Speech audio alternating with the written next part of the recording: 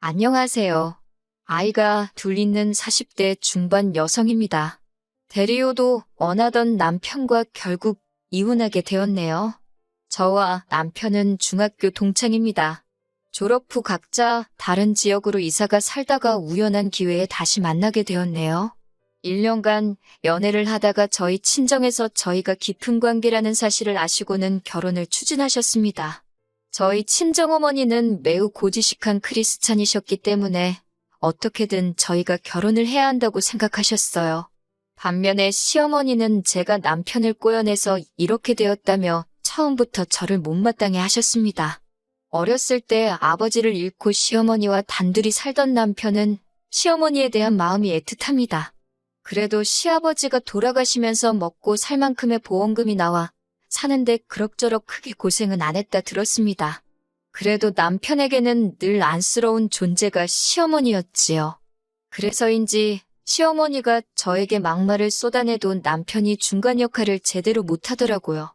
시어머니가 자주 하던 막말은 여자를 잘못 들여 집안이 망했다. 혹은 우리 아들이 여자를 잘못 만나 변했다. 앞으로 나 보고 살 생각은 하지 마라 등등 늘 이런 식이셨어요. 처음에는 정말 제가 못난 사람이라 저런 소리를 듣는 줄 알았어요. 그러다 언젠가부터 확 이혼해버릴까 생각이 들기 시작했지만 그땐 이미 아이들이 있어서 결정을 내리기 쉽지가 않았고요. 그 이후로는 저도 단련이 되었는지 시어머니가 그런 말씀을 하셔도 한 귀로 듣고 한 귀로 흘리게 되는 경지에 도달했습니다. 원래 제 성격이 담담한 편이기도 해서 속으로 우라가 치밀어도 그냥 조용히 넘겼습니다. 그냥 해줄 수 있는 건 해달라는 대로 해주자 그런 마음으로요.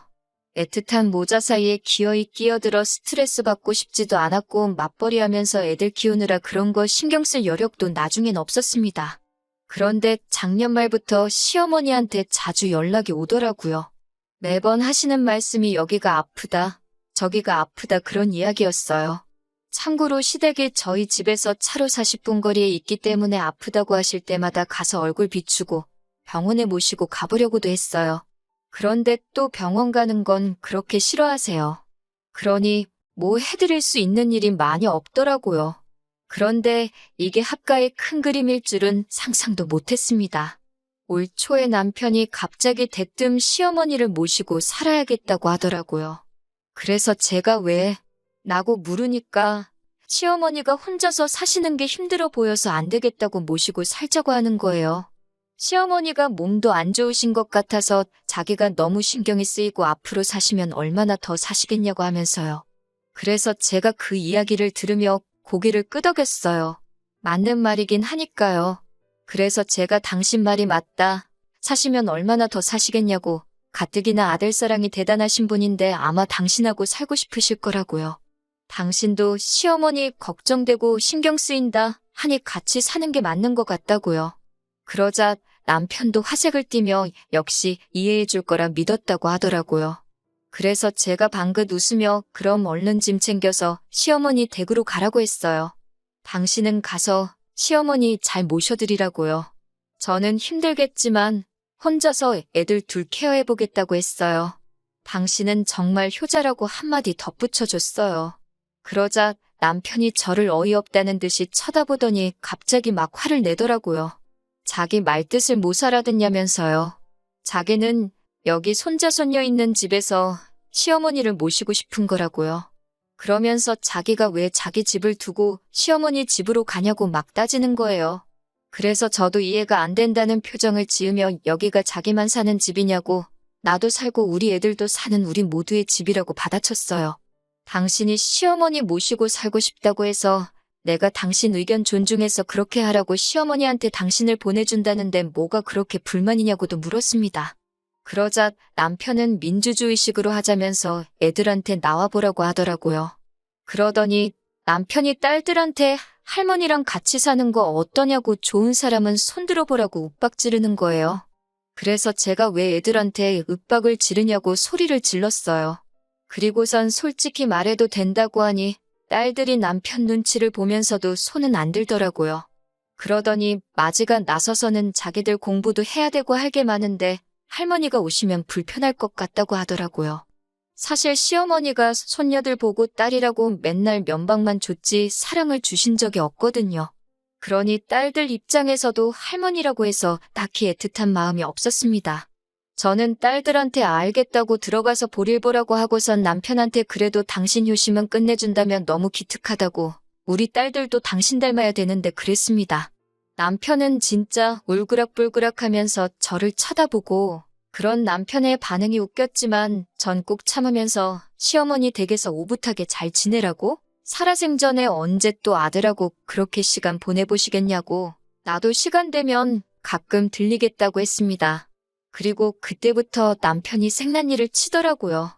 자기가 이 집안의 가장인데 저 때문에 위신이 안 선다며 딸들이 자기를 무시한다고 우설은 공경할 줄도 모른다고 가정교육을 어떻게 한 거냐고요. 그래서 제가 가정교육은 나 혼자 했냐고 그리고 당신이 모시고 싶대서 모시라는데 뭐가 그렇게 화가 나냐고 그랬어요. 나도 당신이 남편으로서 그리고 애들의 아빠로선 너무 필요하지만 당신이 시어머니랑 살고 싶다고 하니까 내가 기꺼이 양보하고 보내주는 거라고요.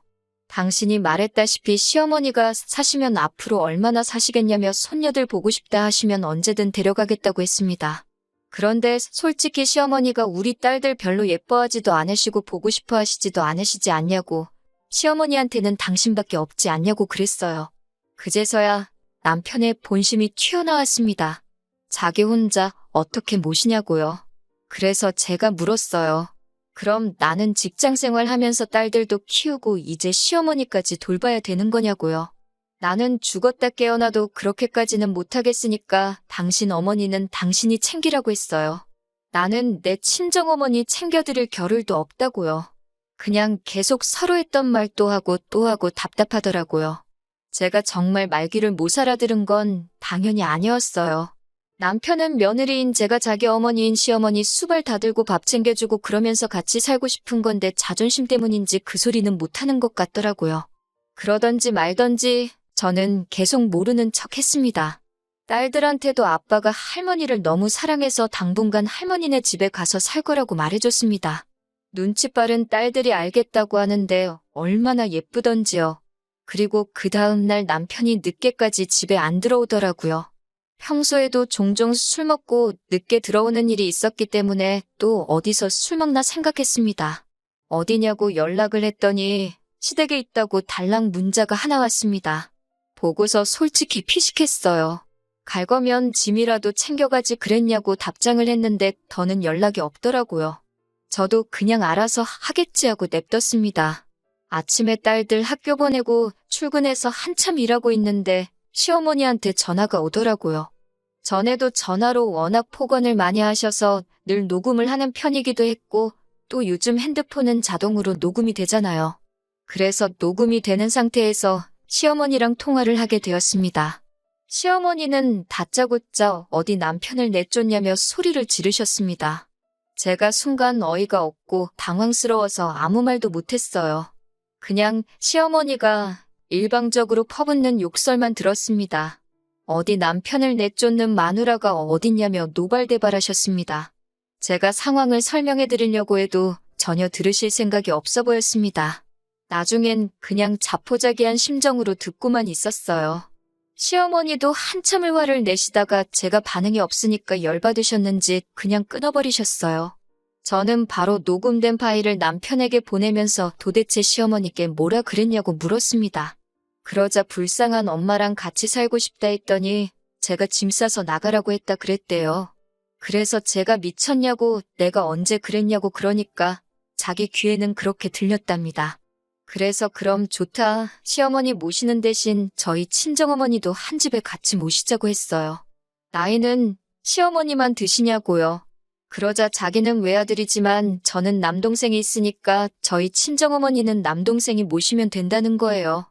도저히 대화로 해결이 안 되겠다 싶었습니다.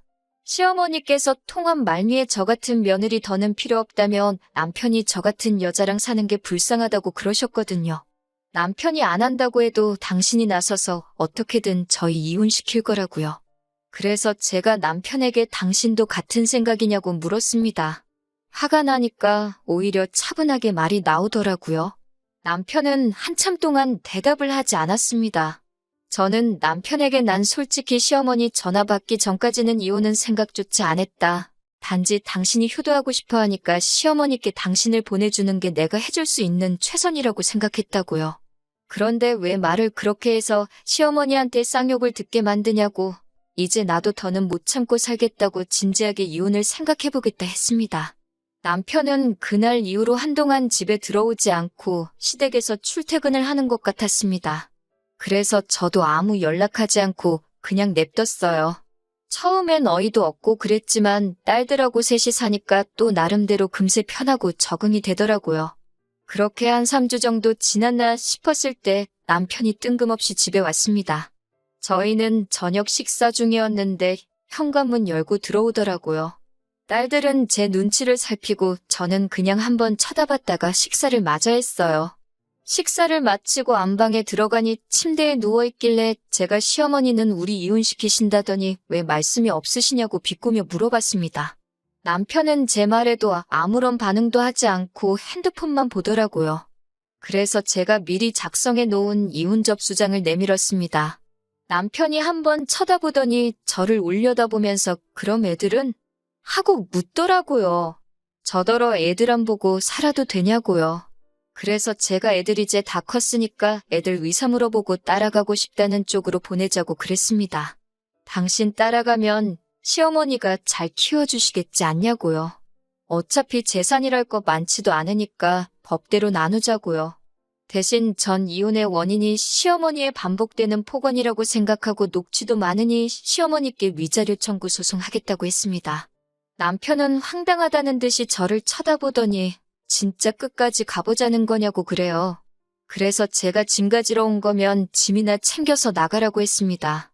그리고 나선 밥 먹을 거 소 하나 시킬까 하고 딸들 데리고 나가서 동네 한두 바퀴 돌고 오니까 그새 시어머니가 와 계셨습니다. 저는 또 무슨 막말을 하러 오셨나 했더니 이제 저더러 그만 남편하고 화해하래요. 그래서 제가 이혼 얘기가 오가는 중에 무슨 화해냐고 그랬습니다. 이게 무슨 애들 싸움도 아니고 저는 벌써 이혼 접수장 작성 다 끝났다고요. 시어머니가 그러자 아니 자식이 지 엄마 걱정하는 것도 이혼 사유가 되냐면서 그럼 애들은 어쩔 거냐고 남편하고 똑같은 소리를 하시더라고요.